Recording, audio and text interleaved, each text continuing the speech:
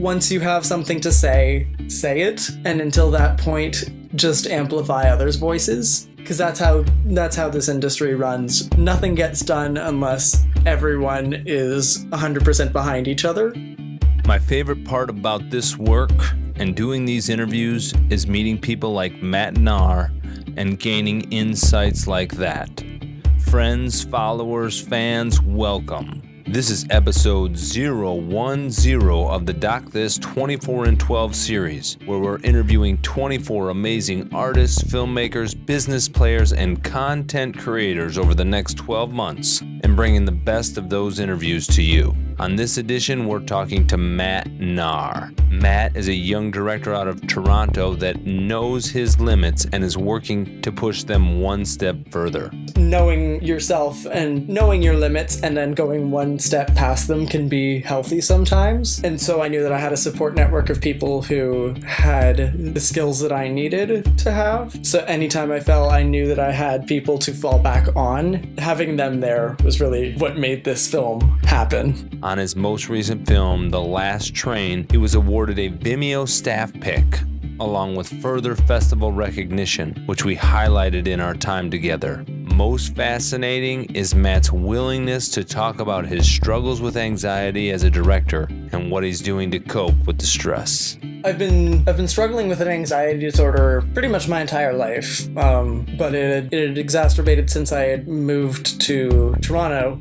Overall, I walked away with new insights and inspiration from his final words. One thing to note on this interview, I tried out a new microphone. It was a fail. My audio sounds a little hollow. If you have suggestions on good podcast mics, send them my way. Yeah, I mean, I kind of took a moment to look through and read a little bit about your bio on your website and look through your Vimeo page and some of the stuff. And it feels like you you skew kind of towards film, maybe more than documentary or nonfiction. Yeah, I sort of found my way into documentary in a roundabout way, in that I had always liked sort of the process of directing in a sense, but I knew it just didn't mesh with the kind of person I am. I don't consider myself like a leader in the sense of like, please do not give me large responsibility and look to me like that. It's never been a position I was comfortable with. So I had all but given up on directing until I had this idea for Last Train. And because it was just a 2-person crew, I figured I might as well try it. I can't imagine anyone else is going to want to get up and out of their house at like midnight over the weekends when they should be partying to make a film, so I can't imagine pawning this idea off on anyone else. And from there I found the process of directing documentaries, and it just clicked with me. So I do a lot of work with narrative film in smaller capacities, like lighting, photography itself, but directing documentary was where I really found like a place for me as a filmmaker and not just a technician. Yeah, I mean, I'm curious. I mean, one about Last Train, that's kind of what I reached out to you about, but I'm also curious to know, like, what's behind kind of that, your fears of leadership, and how did you approach those or kind of deal with those when it came to making The Last Train? I've been struggling with an anxiety disorder pretty much my entire life, but it had exacerbated since I had moved to Toronto. Big city, lot to keep track of, and a lot of it came from that, just in the immense pressure a director has in narrative film to control everything, to have eyes on everything at once. That was intimidating to me, and really still is. I find that fascinating, and I don't think you're alone at all in those struggles, kind of keeping this in our space, which is, film, content creation, art. What kind of coping skills? I mean, have you learned coping skills, or at least on this project, to help you overcome the blocks or the moments of kind of just sheer panic that you may feel at times in that? The number one thing that I would stress for anyone who's dealing with an anxiety disorder and trying to work in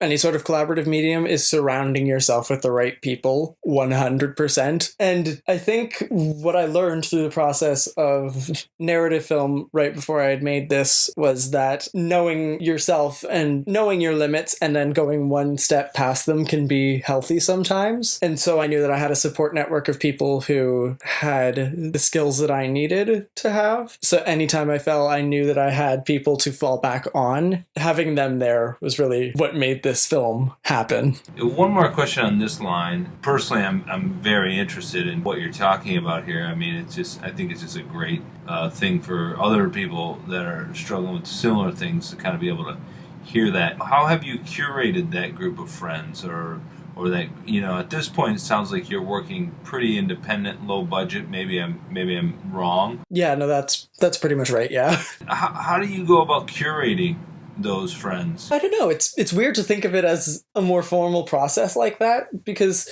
it sort of just happens that the people you gravitate towards personally are going to be the ones you gravitate towards professionally, from what I've seen. I had made the unconscious effort to just surround myself with positivity while I was going through all of that, and it opened up a group of people who I hadn't considered from my department in film. And we realized that similar temperaments make similar films. They make films the same way, that kind of thing. My advice for curating a group of friends for film then would just be curate a group of friends, period.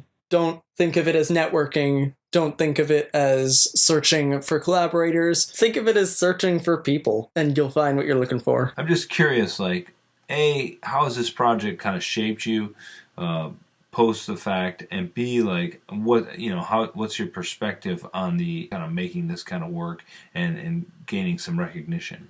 I know immediately after finishing the project, it had just sort of made me reevaluate my own fears of directing a little bit, made me reevaluate my style a little bit, because I had a clear vision of what my style was for cinematography and narrative film, that kind of thing. But Last Train was very much out of my element stylistically, and I found that it came reasonably naturally. So it really did. It made me reconsider the kind of films I was making, the kind of stories that I wanted to tell, how I wanted to tell them. And I ended up kind of settling down with this idea of I defined my style as more realism before, and this sort of made me just realize I'm a quiet filmmaker. I don't like loud productions.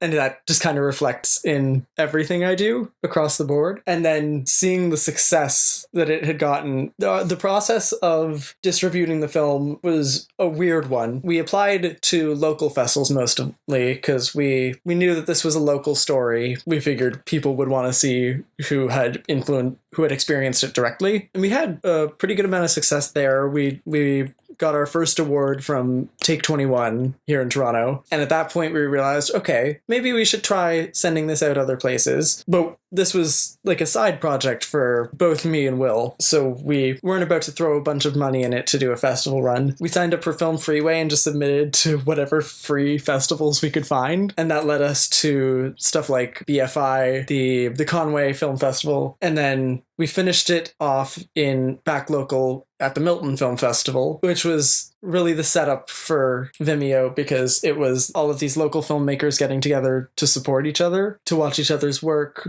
really take it in, and sort of be a TIFF younger brother, if that makes sense. And the support that we had gotten there was really not surprising, but it was so weird to see it run in such a professional setting that we were like, okay, once this is done, we should probably try with the Vimeo promotion, not just slap it up on YouTube with whatever thumbnail and go with it. So we made a thumbnail, got our posts ready to shop around, and we put it up and got the usual just 100 views from our Facebook friends, and then it kind of fell dormant for a little bit. And then I was out to dinner and my phone started buzzing. I had thought it was a call, so I just locked the phone. And at the end of lunch, I took it out to see who it was, and it hadn't been a call. It was just Vimeo notifications down the board. And I checked my email and it had been staff picked. And that sort of shock never wore off. I'm still sort of in that state of are you sure?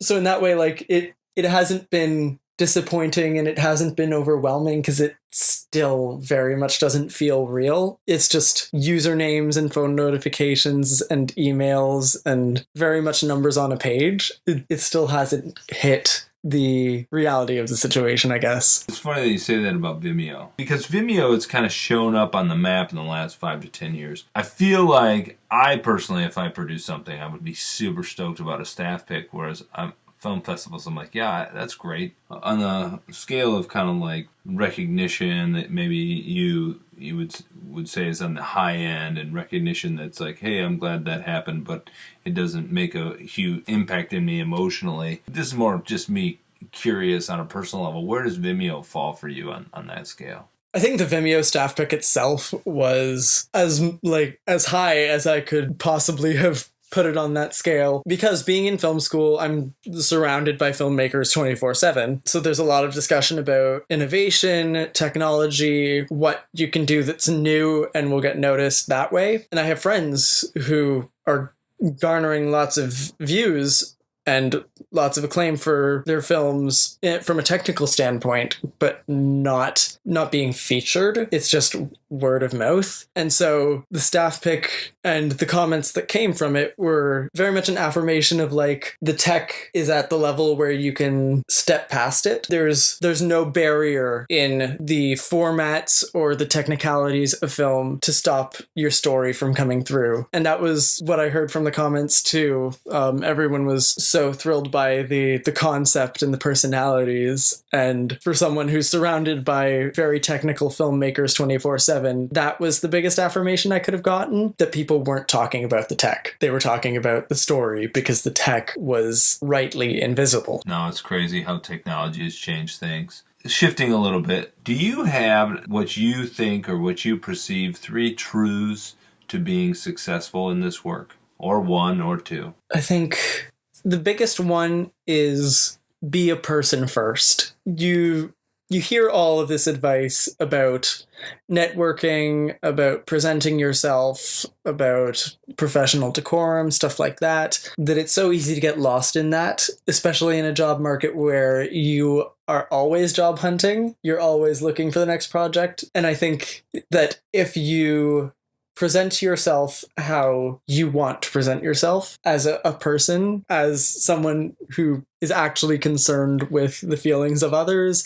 If you follow your gut instinct as a person, instead of trying to follow any sort of conduct or rules, that's going to make you significantly more successful with people than if you are trying harder to be nice. If you have to try to be nice, you're probably not approaching niceness from the right way. That's awesome.